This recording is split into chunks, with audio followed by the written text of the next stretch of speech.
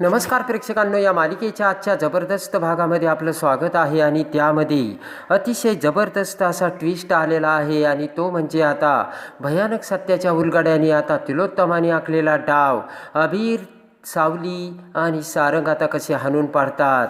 आणि इकडे आता बबलू आणि अबीर ओवीच्या कमालीने आता जगन्नाथ असा कोणता खेळ खेळतो आणि तिलोत्तमा भैरवीचा डाव उधळून लावत आता सारंग सावलीला एकत्र आणण्यासाठी, दोघांच्यामधील गैरसमज दूर करण्यासाठी आता कोण कसं धावून येतं प्रेक्षकांनो, हे सगळं या व्हिडिओमध्ये आपण बघूयात.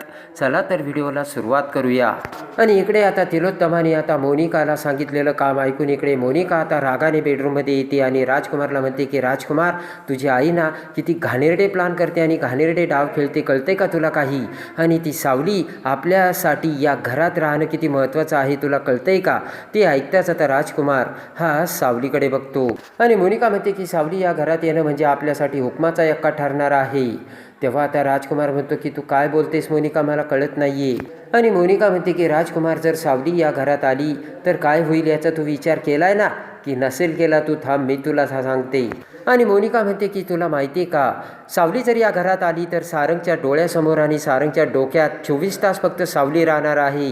आणि सावली या घरात आली तर तिलोत्तमा म्हणजे तुझ्या आईच्या डोक्यात फक्त आणि फक्त सारंग आणि सावलीविषयी रागच राहणार आहे आणि त्यांच्यामध्ये होणार आहेत मग खूप भांडणं.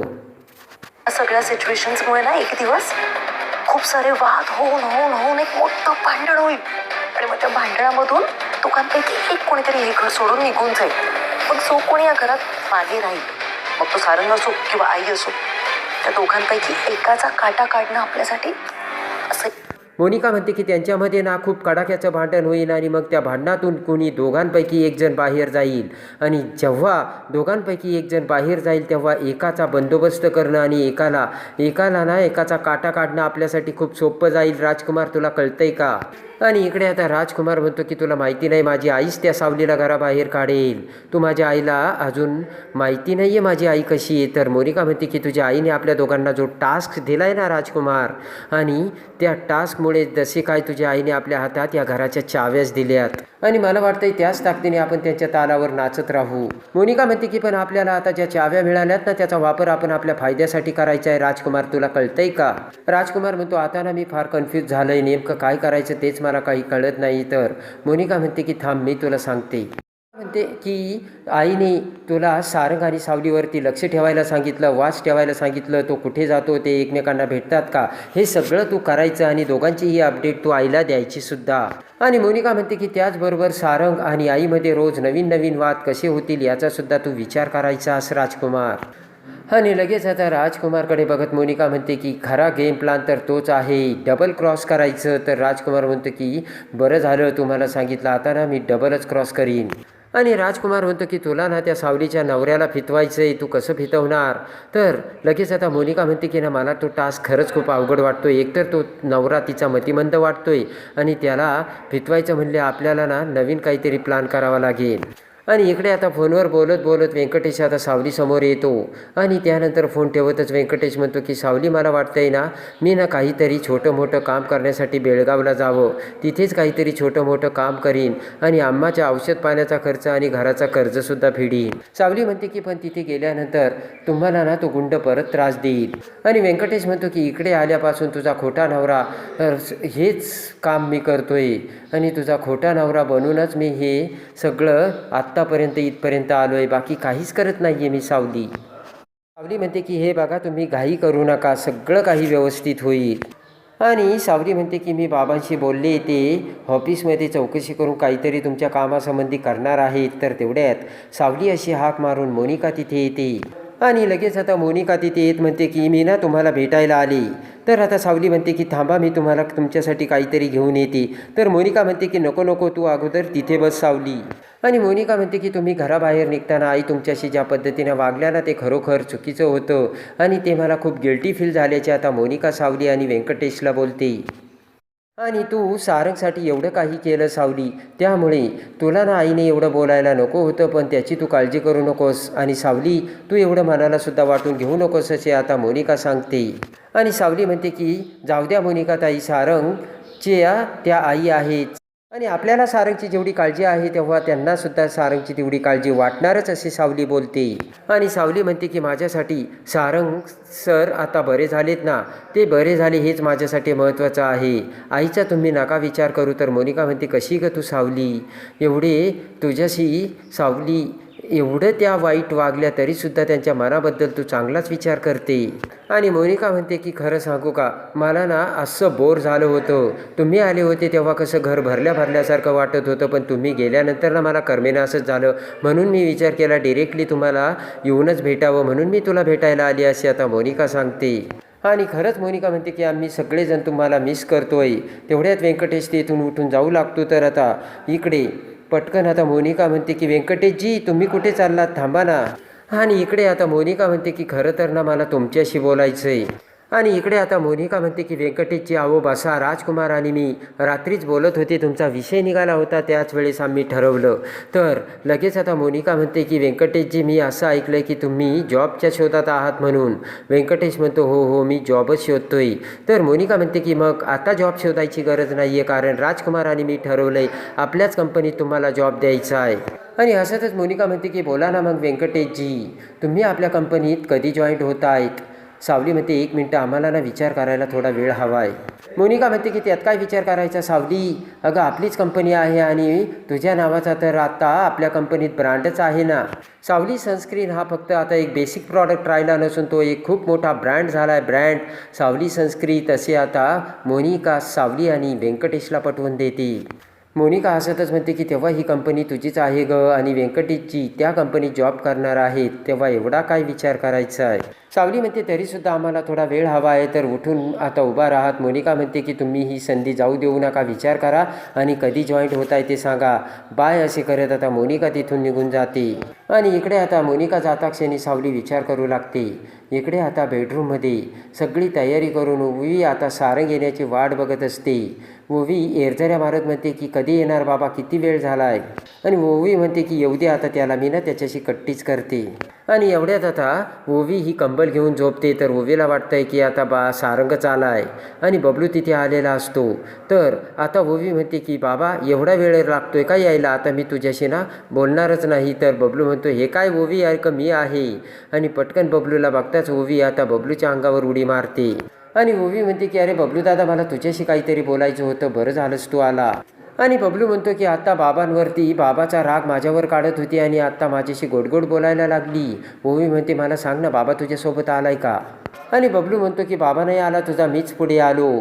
तर आता ओवी म्हणते बरं झालं तू आत्ता आलाय. आणि ओवी म्हणते मला तुला एक प्रश्न विचारायचा आहे, सावली टीचर आणि माझा बाबा हे एकमेकांना पूर्वीपासून ओळखतात का. तर बबलूला धक्का बसतो आणि बबलू हसायला लागतो. तर ओवी म्हणते हसू नकोस. तर बबलू म्हणतो नाही नाही ग, पूर्वीपासून कशाला ओळखतील ते. आणि लगेच आता ओवी म्हणते की तू खोटं बोलतोयस का, मला आणि आबिरला असं वाटतंय की सावली टीचर आणि बाबाचं पूर्वीपासून काहीतरी नातं आहे.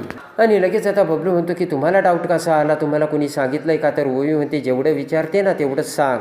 आणि लगेच आता बबलू म्हणतो की डाऊट तर मला सुद्धा आहे, पण एका अर्थाने खरंच तसं असेल तर ते एका अर्थाने चांगलंच आहे.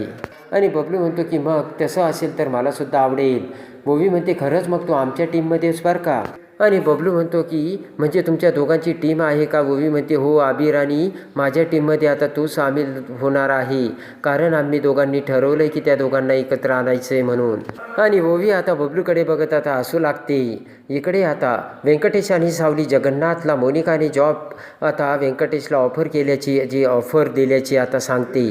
जगन्नाथ म्हणतो की त्यांनी तुम्हाला जो जॉब ऑफर केला आहे ना त्यासाठी मला थोडी शंका आहे.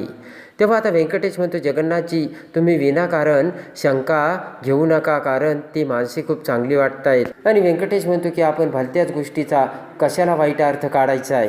आणि सावली म्हणते की व्यंकटेशजी तुम्हाला जे वाटतंय ना ते अगदी उलटं आहे. त्या घरातली माणसं ना तुम्हाला माहिती नाही आहे, तुम्ही जो विचार करता ती माणसे तशी नाही आहेत. आणि सावली म्हणते की या सगळ्यांमागे त्यांचा काहीतरी प्लान असू शकतो. तर जगन्नाथ म्हणतो की अगदी बरोबर. आणि तुला जरी गोड बोलून या जॉबची ऑफर दिली असली तरी या सगळ्या मागची सूत्रधार ती तिलोत्तमाच असणार असे जगन्नाथ व्यंकटेशला सांगतो. आणि लगेच आता जगन्नाथ म्हणतो की त्या बाईशिवाय त्या घरातलं पानसुद्धा हलत नाही आणि तुला एवढी मोठी जॉबची ऑफर कशी दिली. आणि लगेच आता व्यंकटेश म्हणतो की तिलोत्तमा मॅडमनी जर ही जॉब ऑफर केली तर ती चांगलीच गोष्ट आहे ना.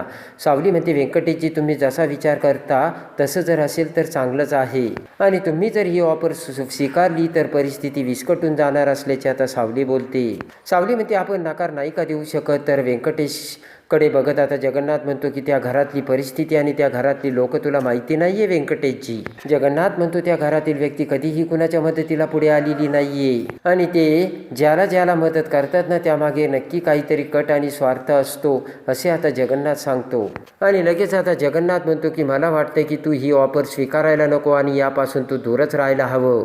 तेवढ्यात आता व्यंकटेश विचार करत म्हणतो की 1 मिनटं, जर मी ऑफर ही घेतली तर मी जर ही ऑफर घेतली नाही तर त्यांच्या या ऑफर मागचा हेतू आपल्याला कसा कळेल. व्यंकटेश म्हणतो की तुम्ही दोघं असं म्हणता की ते आपल्या विरोधात काहीतरी प्लान करणार असतील आणि जर मी तिथे कामाला असलो तर त्यांचा गेम जो काही असेल तो सगळ्यात अगोदर मला कळेल असे व्यंकटेश बोलतो. आणि व्यंकटेश म्हणतो की त्यामुळे आपण थोडे अलर्ट राहू असं मला वाटतंय आणि त्यामुळे ही जॉबची ऑफर मी घ्यावी असं मला वाटत असल्याचे व्यंकटेश बोलतो. तर ते ऐकून आता जगन्नाथ आणि सावली विचारात पडतात आणि जगन्नाथकडे बघत आता व्यंकटेश म्हणतो की जर त्यांचा यामागे काही प्लान असेल तर तो प्लान एक्झिक्यूट होईपर्यंत मला त्या जॉबचं काम करता येईल आणि पैसेसुद्धा घेता येईल आणि अम्माचं सुद्धा बघता येईल. आणि व्यंकटेश म्हणतो की आता तुम्हीच मला सांगा मी काय करू. तर आता सावली आणि जगन्नाथ विचारात पडतात. आता इकडे भैरवीकडे पुन्हा आता तिलोत्तमा येते आणि म्हणते की भैरवी मला वाटतंय तू सांगितल्याप्रमाणे सगळं काही व्यवस्थित चाललंय. आणि तिलोत्तमा विचार करत म्हणते की मला वाटतंय तुझा सल्ला खरंच कामाला येतोय आणि सावलीची मी अशी काही कोंडी केली आहे ना आणि आता सावलीला ना काहीच करता येणार नाही. तर आता भैरवी म्हणते की तिलोत्तमा हे तू जे काही करतेस ना त्यामुळे खरंच मला शॉक बसलाय. आणि भैरवी विचार करत म्हणते की मला विश्वासच बसत नाही तुला हे सगळं जमतंय म्हणून. मला फक्त कॉलेजमधली साधी सरळ तिलोत्तमा एवढंच आठवतं. आणि लगेच आता भैरवी म्हणते की चांगली गोष्ट आहे तिलोत्तमा पण हे ना लगेच तू सरप्राईज येऊन यामध्ये लगेच हुरळून जाऊ नकोस कारण आता हा खेळ अर्ध्यावरती आलाय अजून बाकी आहे. आणि तिलोत्तमा म्हणते की यासाठी मी राजकुमारला सुद्धा हाताशी घेतलंय आणि त्याला सांगितलं की काहीही करून सारंगशी जवळीक साध आणि त्याचा विश्वास संपादन कर म्हणून. तो सावलीला कधी भेटतो कुठे भेटतो हे सगळं मला कळायला हवं असे आता तिलोत्तमा भैरवीला बोलते. आणि तिलोत्तमा म्हणते की आत्तासुद्धा तो त्या दोघांच्या मागे गेलाय. तर भैरवी खुश होते आणि म्हणते नाहीच तिलोत्तमा तसा राजकुमारसुद्धा बरा आहे बरं का. भैरवी म्हणते की तो डोक्याने थोडा भडक आहे पण त्याला जर योग्य दिशा दिली ना तो बरोबर काम करतो. आणि भैरवी म्हणते ही झाली आपल्या खेळाची एक बाजू. दुसरी बाजू ती मोनिका तिचं काय. आणि मोनिकाने तर सिक्सरच मारलाय असे तिलोत्तमा बोलते. तर भैरवी म्हणते काय बोलतेस. तिलोत्तमा म्हणते हो त्या व्यंकटेशला ना आपल्या मोनिकाने आपल्या कंपनीत जॉबची ऑफर दिली. ती ऐकून आता भैरवी आणखीनच खुश होते आणि म्हणते की वाव. आणि त्यानंतर आता भैरवी म्हणते की मग त्या व्यंकटेशनी ती ऑफर स्वीकारली का. तर आता तिलोत्तमा म्हणते तेच कळत नाही आहे. तो तर ती ऑफर ऐकून खुश झाला होता पण त्याच वेळेस त्या सावलीने मध्ये येऊन घोळ घातला आणि ती म्हटली की आम्ही विचार करून मग ते नक्की काय ते सांगतो अशी ती म्हणाली. आणि भैरवी म्हणते नाही तिलोत्तमा त्या मोनिकाला सांग की तू कसंही कर म्हस्का मार नाही तर काहीही कर आणि अजून कुठलंही लालच दाखव पण काहीही करून व्यंकटेशने तो जॉब ॲक्सेप्ट केला पाहिजे आणि स्वीकारला पाहिजे. आणि भैरवी म्हणते की जर व्यंकटेशने तो जॉब स्वीकारला तर आपल्याला सावलीला हाकलवायला खूप मोठी मदत होईल. भैरवी म्हणते की काही जरी झालं तरी त्या व्यंकटेशने जॉबची ऑफर ही घेतलीच पाहिजे. त्यासाठी तू काहीही कर तिलोत्तमा. तिलोत्तमा म्हणते की बरोबर आहे मी प्रयत्न करते. भैरवीकडे बघत आता तिलोत्तमा म्हणते त्याची सगळं ठीक आहे ग भैरवी पण पुढचा प्लॅन काय आहे आता ते सांग. भैरवी म्हणते काही नाही ग फक्त आता सारंगला ना आपल्या मुठीत ठेवायचं. आणि भैरवी म्हणते की दुसरीकडे त्या व्यंकटेशला आपण जॉब ऑफर केल्यानंतर त्या व्यंकटेशला सुद्धा आपण आपल्या बाजूने वळून आपल्या स्थानावर नाचवायचंय आणि त्यासाठी जर व्यंकटेशची आपल्याला मदत झाली तर सावलीला हाकलवणं ना आपल्याला अजून सोपं जाईल. आणि भैरवी म्हणते की तो जर व्यंकटेश आपल्या बाजूने आला आपल्याला सावलीला कंट्रोल करणं ना अतिशय सोपं होईल. पण आपल्या मार्गात हे सगळं करत असताना एक सगळ्यात मोठा अडथळा आहे. तर तिलोत्तमा म्हणते की कोण. तर भैरवी म्हणते ती व्यक्ती म्हणजे तो जगन्नाथ. भैरवी म्हणते जोपर्यंत तो जगन्नाथ सावलीच्या पाठीमागे खंबीरपणे उभा आहे तोपर्यंत त्या सावलीला निस्तनाबूत करणं आपल्यासाठी खूप कठीण आहे. आणि भैरवी म्हणते की त्याचं काहीतरी केलं पाहिजे. तिलोत्तमा म्हणते की बरोबर आहे तो जगन्नाथ ना तो आपल्या मार्गात अडथळा आहेच आणि त्याचं काय त्याचं काहीतरी आपण केलंच हवं, करायलाच हवं. आणि भैरवी म्हणते की त्याची काळजी तू करू नकोस तिलोत्तमा, त्या जगन्नाथचा खेळ कसा खल्लास करायचा ना ते मला चांगलंच माहिती. भैरवी म्हणते की एकदा का त्या जगन्नाथचा सपोर्ट सावलीच्या डोक्यावरून निघाला ना तर त्या सावलीला कसे आता बाहेर आणते ना आणि गुडघ्यावरती गुडघे वाकून टेकवते ना ते बघच. आणि इकडे आता सावली ही पुन्हा सारंगला भेटायला आता मेंदळ्यांच्या घराच्या त्या गार्डनमध्ये आलेली असते. सारंग तिथे उभा असतो आणि आता सावली तिथे येताच इकडे आता सारंग तिथे उभा असताना सावली म्हणते की काय झालं सारंग सर, मला तुम्ही बोलावलं का? तर पटकन सारंग आता सावलीकडे बघतो आणि पटकन सारंग सावलीला मिठी मारतो. आणि त्यानंतर आता सारंग म्हणतो की सावली खरोखर माझं चुकलं, मी खूप चुकलं आणि मी तुला मारायला नको होतं, मी तुझ्यावरती हात उचलायला नको होता आणि खरोखर माझ्याकडून खूप मोठी चूक झाल्याचे आता सारंग बोलतो. आणि सारंग म्हणतो की सावली खरोखर तुला माहिती नाही माझ्या मनात काय आहे ते. आणि सारंग म्हणतो की मला पण माहिती आहे तुझ्या मनात काय आहे. आणि सारंग म्हणतो की मग का आपण एकमेकांपासून वेगळे राहतो आणि का आपण एकमेकांना फसवतोय. तर सावलीच्या डोळ्यात आता अश्रू येतात आणि सावली म्हणते की एवढ्या वर्षात हे जे काही घडलं ना त्यामुळे खरंच मला सुद्धा खूप त्रास झाला आहे. आणि सावली डोळ्यातून अश्रू गाळत म्हणते की आज सुद्धा माझं ना तुमच्यावरती तेवढंच प्रेम आहे. तर सारंग म्हणतो की आहे ना प्रेम, तर मग ये ना, पुन्हा तू आपल्या घरी ये, असे आता सारंग सावलीला बोलतो. आणि इकडे आता हात करत आता सारंग सावलीला म्हणतो की सावली तू एकदा या घराकडे बघ, तू या घरातून निघून गेल्यानंतर या घराची काय अवस्था झाली. आणि त्यानंतर आता सावलीचे दोन्ही हात आपल्या हातात धरत आता इकडे आता सारंग म्हणतो की सावली ये ना तू परत, मागचं सगळं काही विसरून पुन्हा आपण नव्याने सुरुवात करूयात. ते ऐकताच आता सावली पटकन सारंगच्या हातातून आपला हात बाजूला घेते आणि लगेच आता सावली बाणावर येत म्हणते ते शक्य नाहीये सारंग आता. तर सारंग म्हणतो का शक्य नाहीये? सारंग म्हणतो का शक्य नाहीये सावली, जर आपण एकत्र आनंदात राहणार असू तर आपल्याला मग कोण अडवणार आहे. आणि लगेच आता सावली म्हणते की सारंग आत्तापर्यंत नियतीनं खूप वेगळी खेळ खेळली आणि नियतीनेच आपले मार्ग आता वेगवेगळे केलेत. आणि लगेच आता सावली म्हणते की आता सारंग सावली कधीच एकत्र येऊ शकत नाही, तर तुम्ही राहा सुखी, कारण तुमचा संसार चांगला चालू आहे, असे आता सावली बोलते.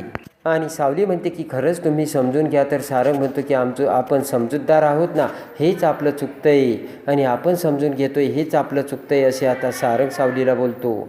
आता सारंग म्हणतो की समजून घेणं हे नॉर्मल नाही आहे सावली, आपण समजून घेतो ना म्हणून त्याचा दुसरे जण गैरफायदा घेत आहेत. आणि सारंग म्हणतो की किती दिवस मी समजून घ्यायचं आणि मी समजून घेतो याचा अर्थ असा नाही की मी आनंदात आहे म्हणून.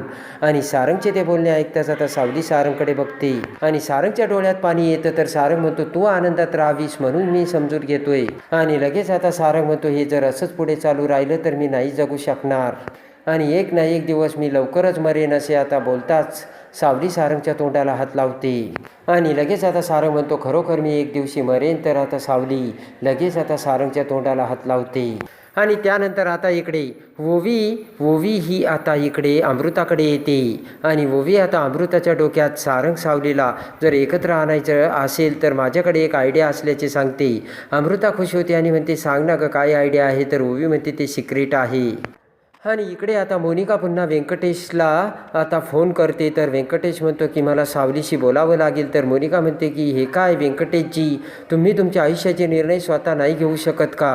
व्यंकटेश आता पुन्हा सावलीकडे येतो. तर सावली व्यंकटेशला म्हणते की हे बघा, जर तुम्ही ती जॉबची ऑफर स्वीकारली आणि जर त्यांना आपल्या या खोट्या नात्याबद्दल कळलं तर. आणि लगेच आता व्यंकटेश म्हणतो की सावली असं काहीच होत नसतं आणि जेवढा चांगला पगार मिळतो ना त्या पगारात मी एका महिन्यात आपलं कर्ज फेडील. तर जगन्नाथ म्हणतो की असा किती पगार मिळणार आहे. तर लगेच आता व्यंकटेश म्हणतो 1.5 लाख. ते ऐकून आता सावली आणि जगन्नाथला बसलेला असतो तो सगळ्यात मोठा धक्का. आणि व्यंकटेशला 1.5 लाख पगार देऊन नक्कीच त्यामागे यांचा काहीतरी डाव आहे हे सत्य आलेलं असतं ते जगन्नाथ सावलीसमोर. आणि इकडे आता सारंगने सावलीला आता पुन्हा आपण दोघं एकत्र येऊ नाही तर मी जगू शकणार नाही आणि आपण जे समजूतदारपणाने वागतो, नॉर्मल वागतो, त्याचाच हे गैरफायदा घेतात हे सत्य सावलीला सांगितलेलं असतं आणि मोकळा झालेला असतो तो सारंग सावली एकत्र येण्याचा दोघांच्या मधला तिसरा दरवाजा. आणि त्याच वेळेस आता जगन्नाथ, सावली, अबीर, ओवी आणि बबलू 5ही जण मिळून आता तिलोत्तमा भैरवीच्या डावाला आता कसा आसमान दाखवतात. आणि इकडे आता सारंग सावलीला एकत्र आणण्यासाठी आता भयानक आता प्रयत्न करून सारंग सावली पुन्हा कसे एकत्र येतात हे बघण्यासाठी आपल्या चॅनलला लाईक करा, सबस्क्राईब करा.